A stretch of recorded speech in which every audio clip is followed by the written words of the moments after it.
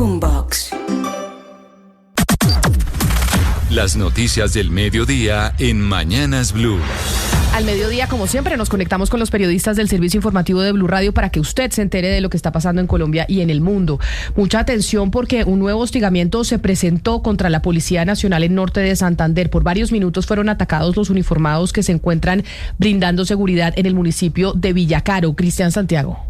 Desde la zona montañosa fue hostigada por varios minutos la estación de policía que se encuentra en el municipio de Villacaro, en norte de Santander. Los primeros reportes entregados por las autoridades dan cuenta que ninguno de los uniformados resultó alcanzado por las balas.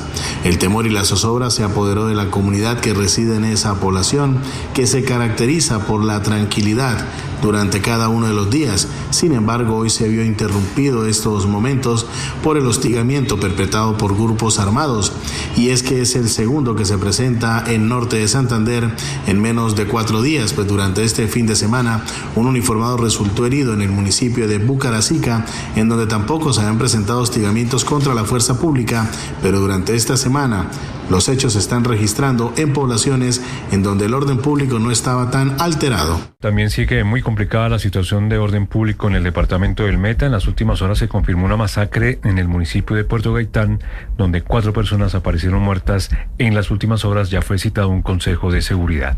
Taren Álvarez. 3 hombres y una mujer aún sin identificar fueron asesinados en el municipio de Puerto Gaitán sobre la medianoche de este lunes. Al parecer, hombres armados ingresaron a una vivienda en el casco urbano del municipio y abrieron fuego contra los ocupantes. Así lo confirmó a Blue Radio Jorman Rebeñón, secretario de Gobierno de Puerto Gaitán. Probablemente anoche tuvimos un homicidio múltiple en el casco urbano, digámoslo así, del municipio de Puerto Gaitán, en un sector o en un barrio que se denomina La Invasión.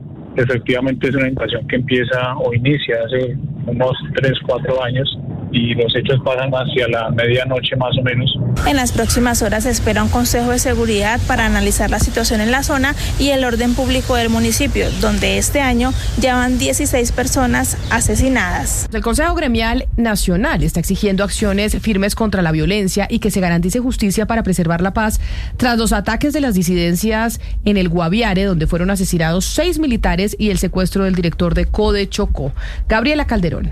El Consejo Gremial Nacional expresó hoy su respaldo total a la fuerza pública y condenó los recientes hechos violentos ocurridos en el Guaviare y el Chocó. El gremio rechazó el ataque contra tropas del Ejército Nacional atribuido a las disidencias de las FARC en momentos en que rige un cese al fuego dentro de los diálogos de la llamada política de paz total. El Consejo advirtió que este tipo de acciones violentas ponen en riesgo la confianza en los procesos de negociación y dificultan el anhelo de paz en el país. El pronunciamiento también condenó el secuestro del director de la Corporación Autónoma Regional del Chocó, así como otros atentados recientes contra la institucionalidad y la seguridad en distintas regiones. El sector empresarial lamentó profundamente estas acciones, envió condolencias a los familiares de las víctimas y reiteró su respaldo a los miembros de las fuerzas militares y de policía. Además, el Consejo Gremial manifestó su preocupación por el posible despliegue de un plan pistola contra miembros de la fuerza pública, según revelaron medios nacionales. Este fenómeno, advirtieron, revive etapas dolorosas del narcoterrorismo. Finalmente hicieron un llamado a la unidad nacional para rechazar la violencia y exigieron a las autoridades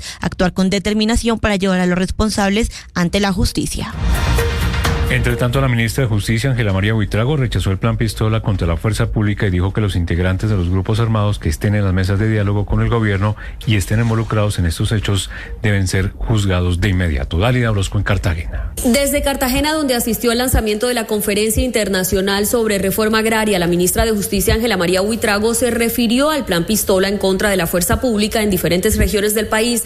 La jefe de la cartera de Justicia calificó estos ataques como inconcebibles y aseguró que los integrantes de los grupos armados que hacen parte de las mesas de diálogos con el gobierno y estén involucrados en estos hechos deben ser juzgados. Porque además no solamente están violando los acuerdos, algunas de esas personas a las que se les atribuye son parte de las mesas, están violando los acuerdos, sino que además están generando delitos que van en contravía de los derechos humanos, porque incluso bajo estado de indefensión están disparando contra policías y miembros del ejército. Es inconcebible. La ministra pidió a las autoridades competentes actuar de manera inmediata frente a quienes estén cometiendo estos hechos que aseguran deben responder por homicidio agravado. Y en temas de seguridad, el ministro de Defensa, Pedro Sánchez, confirmó que un total de 23 miembros de la fuerza pública, entre ellos 13 policías y 10 militares, han sido asesinados en los últimos días. Felipe García.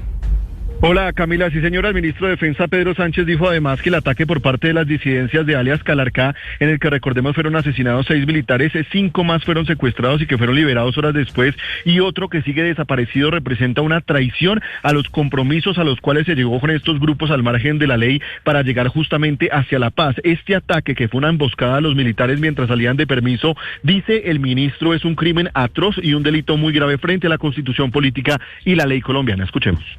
15 de abril hasta la fecha registramos alrededor de 13 policías asesinados y también 10 militares asesinados, incluyendo estos 6 del Guaviare. Estamos hablando de 23 miembros de la fuerza pública en estos días. Sin embargo, gran parte de ellos han sido asesinados fuera del servicio. Tenemos el caso, por ejemplo, de 2 militares que estaban de permiso y fueron asesinados en el Cauca, o 4 policías que también se encontraban de permiso en sus lugares. ¿Qué tan trágico es esto? Es trágico, y no es un momento tampoco para obligarnos.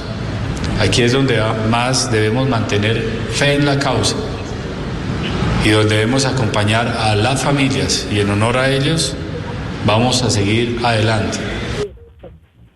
Por su parte, el general Hugo López, jefe de Estado Mayor Conjunto de las Fuerzas Militares, confirmó, Camila, que son 5 áreas de expansión en el país las que han tenido las disidencias de las FARC al mando de alias Calarcá.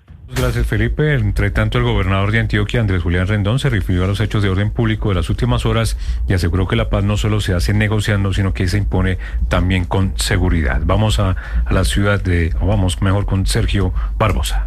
El gobernador de Antioquia, Andrés Julián Rendón, se refirió a los graves hechos de orden público de las últimas horas en medio de una audiencia pública en la Corte Constitucional. Lo que ha dicho es que el gobierno nacional ha contemporizado distintos grupos armados ilegales, lo que en la práctica significa un control y una arremetida violenta contra la población civil por parte de los grupos criminales. Pues arrodillar a la fuerza pública y a todos los colombianos ante el crimen, pensando en que así se consolida la paz, y la paz no se consolida negociando, la paz se impone con seguridad, con justicia y con oportunidades sociales. Pero ¿quién está contemporizando? ¿Quién es? ¿El gobierno? El gobierno, claro, el gobierno que busca tratamiento de angelitos para criminales de distinta pelambre, como si no estuvieran detrás de un solo propósito, que es el de enriquecerse. Otro de los gobernadores que hizo presencia en el alto tribunal fue el de Norte de Santander, William Villamizar, quien mostró su enérgico rechazo por los actos de violencia de las últimas horas. A través de un mensaje en su cuenta de X, el Partido Conservador le respondió al ministro del Interior, Armando Benedetti, quien en la misma red social aseguró que la bancada de esa colectividad respalda abiertamente la consulta popular propuesta por el gobierno del presidente Gustavo Petro. Lo de siempre. Unos conservadores en redes sociales dicen que no apoyan al gobierno, pero muchos sí los están apoyando. Andrés Carmona.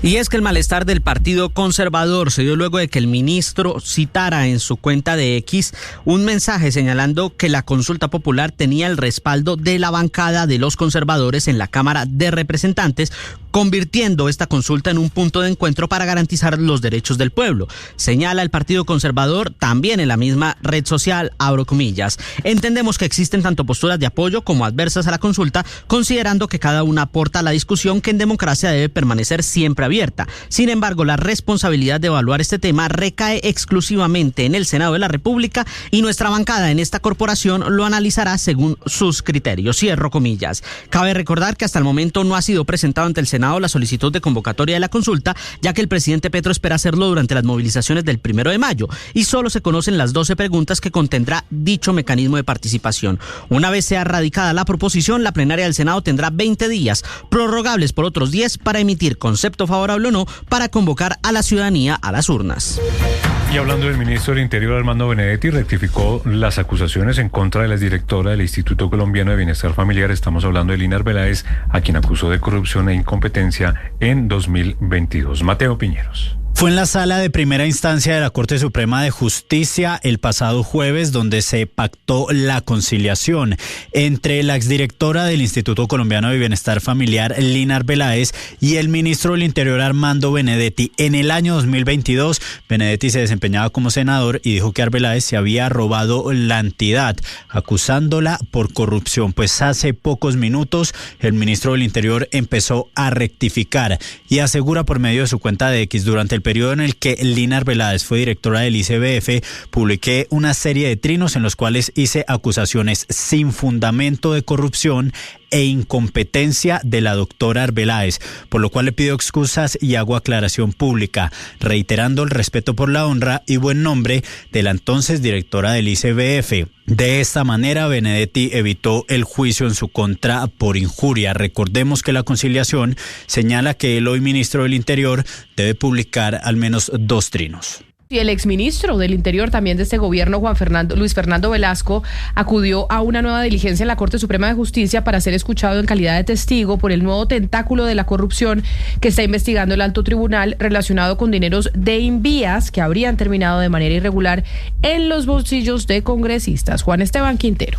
A los tribunales de Cundinamarca y Bogotá llegó el exministro del Interior, Luis Fernando Velasco, en calidad de testigo para entregarle información a los magistrados de la Corte Suprema de Justicia, puntualmente a Marco Antonio Rueda, sobre los recientes hallazgos de posible corrupción en el Invías y el direccionamiento de millonarios contratos de los cuales se habrían visto beneficiados diferentes congresistas. Esto fue lo que dijo el exministro. No, es la responsabilidad que tiene un ciudadano y fui citado como testigo por el señor magistrado para que le contara a la Corte Suprema, a su sala de instrucción, lo que me consta frente a una investigación que la sala de instrucción está haciendo, y eso fue lo que dije. Vine y conté todo lo que me consta. Se espera que en el marco de estas indagaciones también este mismo magistrado escuche en calidad de testigo a Jaime Ramírez Cobo, exfuncionario del DAPRE y el enlace entre el Congreso de la República y la Presidencia. Por otra parte, a las 4 de la tarde también está citado el exministro de Hacienda, Diego Guevara, quien se ha visto salpicado en este escándalo